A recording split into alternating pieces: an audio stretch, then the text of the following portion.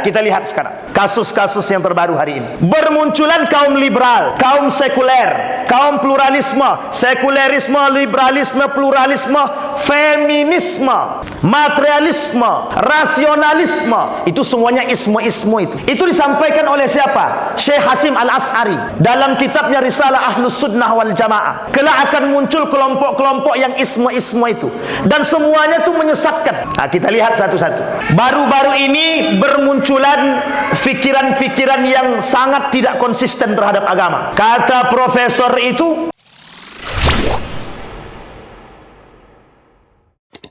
baik Bapak Ibu sekalian yang berbahagia, di malam hari ini saya mulai dari satu hadis baginda Nabi Muhammad SAW. Kata Nabi ketika memperingatkan Ibnu Abbas dalam bentuk nasihat. Kata Ibnu Abbas, kuntu khalfan Nabi sallallahu alaihi wasallam. Ketika aku berada di belakang baginda Nabi Muhammad sallallahu alaihi wasallam. Kemudian Ibnu Abbas, Nabi menoleh kepada Ibnu Abbas, "Ya gulam," kata Nabi. Kemudian Nabi bilang kepada Ibnu Abbas tu, "Ya gulam." "Hei anak muda," kata Nabi. Jadi Nabi bicara itu kepada orang tertentu tu sesuai dengan kondisi. Kalau dengan anak dia panggil hai walad, hai sabi. Kemudian tapi dengan anak muda Nabi panggil ya gulam, ya syabab, ya gulam gitu. Kalau yang tua, yang sama kadang Nabi panggil nama, ya Muaz, ya Ibni Mas'ud, ya Abu Bakrin.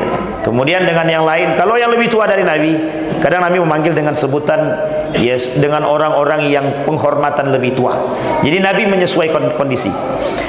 Kata Nabi kepada Ibnu Abbas, ya gulam, ihfazillah yahfazka. Hei gulam, hei anak muda, kata kepada Ibnu Abbas, jagalah olehmu Allah, niscaya Allah akan menjagamu. Kalimat ini sejalan dengan ayat di dalam Al-Quran, in tansurullaha yansurkum. Kalau kau jaga Allah, maka Allah akan jagamu. Kalau kau tolong Allah, Allah akan tolong dirimu.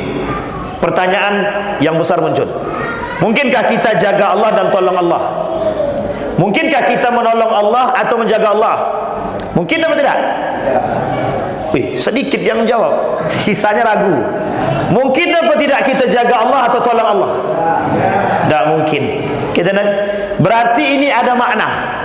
Kenapa Nabi mulai dengan kalimat ihfazillah? Kenapa Allah mulaikan intan surullah, jika engkau membantu Allah? Kenapa Allah tak katakan dengan kalimat yang lain? Adakah makna yang terkandung di dalam? Ada. Makna yang terkandung di dalam itu, kata Nabi, jagalah olehmu nilai agama. Nilai agama. Kita orang berislam itu punya nilai. Islam itu agama. Agama itu regulasi, aturan. Agama itu dogma. Agama itu doktrin. Agama itu nasihat.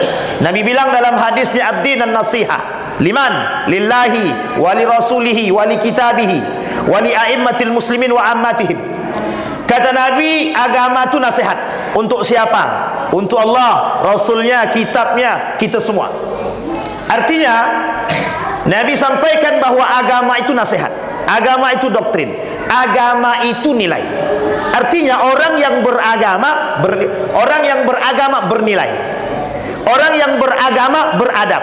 Orang yang beragama berakhlak. Kalau ada orang beragama tidak berakhlak dan tidak bernilai, kira-kira sedang beragama apa tidak beragama? Sedang tidak beragama, atau sedang keluar daripada jalur fitrah dia sebagai manusia. Fa'aqim wajhaka lid-din fitratallaha fataran nas 'alaih. Hadapkan wajahmu kepada agama. Itu fitrah kita. Fitrah manusia itu ada dua. Satu agama, yang kedua kebaikan. Jadi kalau manusia melakukan kebaikan, kalau ada manusia sedekah untuk masjid, itu sebenarnya bukan pilihan, kewajiban. Ada manusia membantu manusia yang lain, itu kewajiban, bukan pilihan. Misal ada yang tidak mampu, ada orang-orang yang tak mampu, kita bantu. Kami memilih untuk membantu, Pak Ustaz. Salah. Kewajiban umat manusia membantu. Jadi kalau dia pilih bagaimana? Itu salah. Salah konsep. Maka fitrah manusia itu dua, beragama, yang kedua akhlak. Sehingga diperdebatkan tuh oleh para kalangan-kalangan ahlul kalam. Ada orang yang beragama, ada yang tidak beragama, ada yang ateis, ada yang Islam, ada yang non-Islam dan lain sebagainya. Ini fitrah. Sekalipun dia ateis, punya satu keyakinan. Apa keyakinan ateis tadi? Ketidakadaan Tuhan. Ateis percaya bahwa Tuhan tidak ada. Maka ketika dia percaya bahwa Tuhan tidak ada, dia sedang percaya kepada ketiadaan. Itu sama dengan bahasa beragama. Sampai di sini bisa dipahami Bapak Ibu. Kembali kepada poin tadi. Kata Nabi, ihfazillah, jaga olehmu nilai agama. Apa contoh nilai agama? Solat. Imam kitab Ihya Ulumuddin, Imam Al-Ghazali, Imam Syekh Abdurrahman Siddiq Al-Banjari menuliskan kitab yang sama, judulnya Asrarus Salat, rahasia-rahasia salat. Dalam rahasia-rahasia salat tersebut banyak yang dikutip. Seorang pakar kedokteran dari Mesir mencoba menilai gerakan salat. Ternyata gerakan salat itu bernilai manfaat kesehatan yang tinggi, sangat tinggi. Orang nggak perlu olahraga kalau salatnya benar, nggak perlu olahraga. Kata beliau, orang yang salatnya benar nggak perlu olahraga. Kenapa? Karena setiap gerakan yang dia lakukan dalam salat adalah olahraga. Olahraga kadang dalam satu hari kita cuma lakukan 1 atau 2 kali. Sementara salat berapa kali? 5 kali. Dalam olahraga itu kadang kita pilih kepala, tangan, kaki. Tapi dalam salat semuanya bergerak. Semuanya. Dulu kata guru saya, ketika orang mengangkat takbir Allahu Akbar, dada kemudian dibusungkan, itu sedang membuat peredaran darahnya berjalan dengan baik. Ini poin penting dalam dunia kesehatan. Tapi coba kita lihat dalam dunia asrarus salat atau spiritualitas. Ternyata salat itu mampu menjadikan seseorang itu berada pada titik tertinggi. Sejalan dengan apa yang dikatakan oleh baginda Nabi Muhammad sallallahu alaihi wasallam, mi'rajul mu'minin as-salat. Orang mukmin itu, ketika mukmin itu berdiri, posisi tertinggi dan terbaik bagi seorang mukmin yang berdiri itu menghadap Allah, dan posisi terbaik menghadap Allah itu salat. Sehingga dalam hadis Nabi, yang pertama kali dihisab itu apa? Salat. Awal ma yuhasab yaumul qiyamah, salat. Tapi bukan sampai di situ Nabi kata bukan. Hadisnya banyak yang lain tentang salat. Sampai-sampai dikatakan an-nakhai itu man taraka salat faqad kafara. Yang meninggalkan salat kafir gitu. Ini kalau kita pakai kental-kentalan Pak, yang tak salat itu kafir berarti. Kalau kita pakai ekstrim-ekstriman. Siapa yang tak salat kafir kau nih? Itu tak boleh tapi. Mengucapkan langsung dia kafir tak boleh. Tapi kalau kita katakan pemahaman kita bahwa dia kafir kalau tak salat, itu sejalan dengan Nabi. Al-ahdu bainana wa bainahum as-salah. Beda kita dengan orang kafir cuma satu, salat. Itu sampaikan. Orang kafir tidak salat, orang muslim salat. Jadi kalau orang muslim tak salat berarti dia berarti dia kafir gitu. Tapi kafir di sini, kalau bahasa kasar ya, kafir di sini itu bukan keluar daripada Islam. Dia kufur. Kalau kufur itu kata Nabi 15 poin. Ada 15 poin. Ancaman Allah kata Nabi bagi mereka yang sengaja meninggalkan salat. Ini sengaja ya. Nanti kita coba bahas poin-poin salat itu. Orang yang sengaja meninggalkan salat itu kata Nabi ancamannya 15 dari Allah. Satu di antaranya humiyam min kulli amalihi. Dihapus semua amal ibadahnya, apapun itu. Zakatnya tak bermanfaat, puasanya tak bermanfaat. Makanya kata Nabi dalam riwayat yang lain itu, kalau ada orang puasa Ramadan tapi dia tak salat, rubba shaimin laysa lahu min siyami ilal ju' wal atas, cuman capek doang. Makanya dalam masalah puasa itu ada pembahasan namanya muhbitat. Dia muhbitat, bukan muftirat, tapi muhbitat. Muhbitat itu dia puasa tapi tak ada bernilai sama sekali di sisi Allah, tak ada nilai. Salah satunya yang tak salat. Kira-kira capek apa tak capek itu? Kita puasa dari pagi sampai sore, ternyata sama Allah tak ada nilai sama sekali. Dan itu 15 Pak. Kalau kita mengkaji dalam pandangan yang lain, itu lebih berbahaya lagi. 10 yang membatalkan iman dan Islam. Salah satunya diantaranya adalah yang ingkar terhadap solat. Orang yang tidak solat, sengaja tidak solat, itu mendekati kepada keingkaran dia terhadap solat. Berbahaya apa tak berbahaya? Ini kayaknya terlalu serius nih kayaknya. Tenang Bapak Ibu, tenang. Kita ambil poinnya itu sambil jalan saja. Jadi kembali kepada hadis baginda Nabi. Nampaknya terlalu serius betul. Kembali kepada hadis baginda Nabi Muhammad sallallahu alaihi wasallam. Ihfazillaha yahfazka. Kalau kau jaga nilai-nilai agama, kata Allah, niscaya Allah akan menjagamu. Bukan Allah yang kita jaga, tapi kita yang menjaga nilai-nilai agama. Muncul orang berpendapat begini, ngapain kita jaga agama?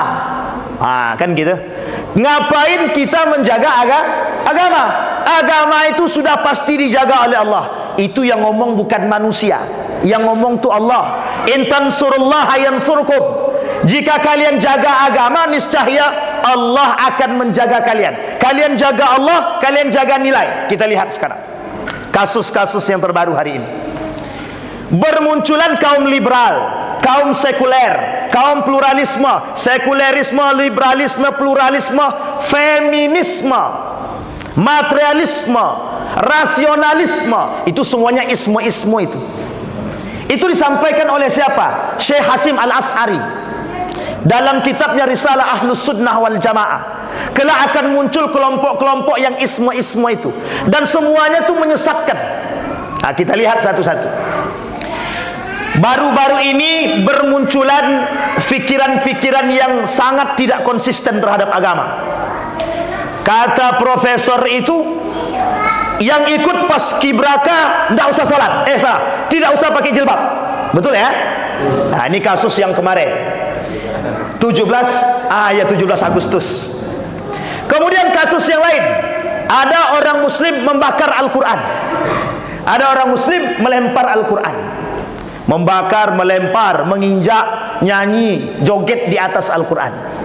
Ada umat muslim joget di atas replika Ka'bah. Nanti kita lihat, Pak. Ada umat muslim yang bilang semua agama itu benar. Ada umat muslim yang bilang tidak perlu sholat, karena tidak ada dalil wajib tentang sholat dalam Al-Quran. Bapak Ibu tidak perlu saya sebut namanya, pasti dah tahu. Dah tahu ya Bapak Ibu ya? Kalau belum tahu saya kasih tahu sekarang. Ade Armando sekarang punya podcast, dia punya podcast khusus.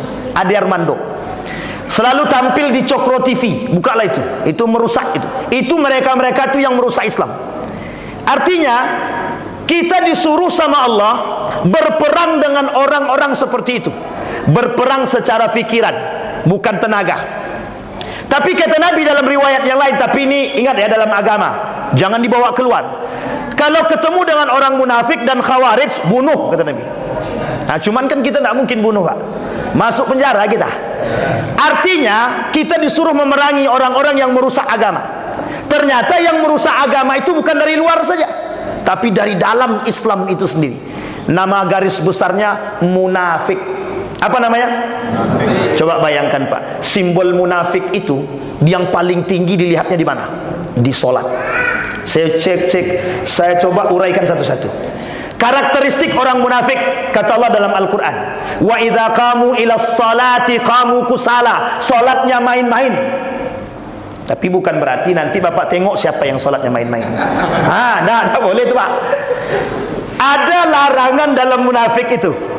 Tahu kita manusia ini munafik, tapi kita tak boleh katakan, hei munafik sini kau. Itu tak boleh, Pak.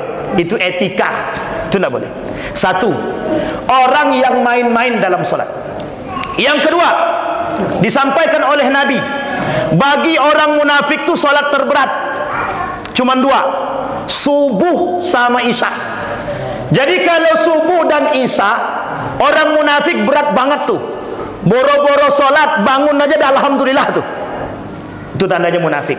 Yang kedua. Yang ketiga, tanda orang munafik terhadap sholat tadi. Yang ketiga, sholat di akhir waktu. Innahum yusalluna awakhiril waqti fa innahu min salatil munafiq fa innahu min salatil munafiqin, kata Nabi. Ada orang yang sholat di akhir waktu, itu sholatnya orang-orang munafik, kata Nabi. Tapi jangan tengok kiri kanan lah. Tak boleh, itu syarat tuh. Harus.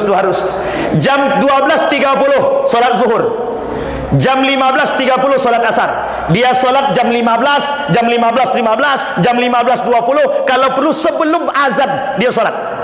Itu jelas munafiknya itu. Tapi ini tidak bisa ditelan mentah-mentah karena ada pemahaman sebelumnya. Nanti kita coba lihat. Kembali kepada poin tadi. Kata Nabi, jagalah olehmu nilai agama, niscaya Allah akan jaga. Sekarang kita lihat Bapak Ibu, ada 5 kemuliaan kata Allah. Nabi sebut dalam hadisnya, orang yang menjaga 5 solat wajib atau solat 5 waktu ini, Allah berikan 5 kemuliaan kepada dia. Satu di antara kemuliaannya, masuk surga tanpa hisab. Jadi selama ini orang tahu Pak, masuk surga tanpa hisab itu cuman kalau perempuan menghalalkan suaminya menikah lagi. Kan pahamnya begitu. Mau ndak ibu-ibu masuk surga tanpa hisab? Kata suami dia. Apa itu bang?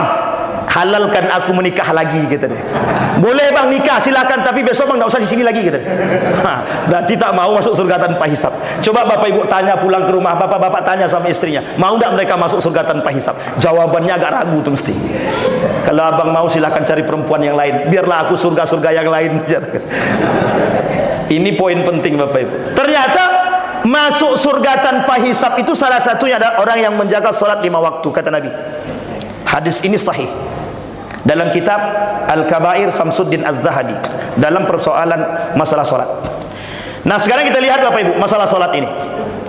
Masalah salat ini itu ada 3. Satu, orang yang lalai. Yang kedua, orang yang meninggalkan salat dengan sengaja. Atau yang ketiga, orang yang mengingkari salat. Yang lalai terbagi 2. Ada yang sengaja melalaikan salat, ada yang memang tidak sengaja melalaikan salat. Orang yang sengaja melalaikan salat, kata Ibnu Katsir dalam menjelaskan tafsir daripada ayat ma salakakum fi saqar, jawab qalu lam nakum minal musallin wa lam nakun nut'imul miskin. Kata Allah, kenapa kalian masuk dalam neraka saqar? Kami tidak salat, kami tidak memberi makan orang miskin atau anak yatim. Kata Ibnu Katsir, itu bukan meninggalkan salat, melalaikan solat. Kalau orang yang meninggalkan solat, itu nerakanya jahanam, karena sederajat dengan kafir. Orang kafir Allah sebutkan dalam Al-Quran tempatnya terbaik bagi mereka. Jadi orang kafir itu punya tempat terbaik, ahsanul masar, tempat terbaik untuk kembali.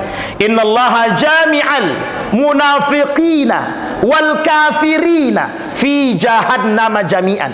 Orang munafik, orang kafir, nerakanya jahanam.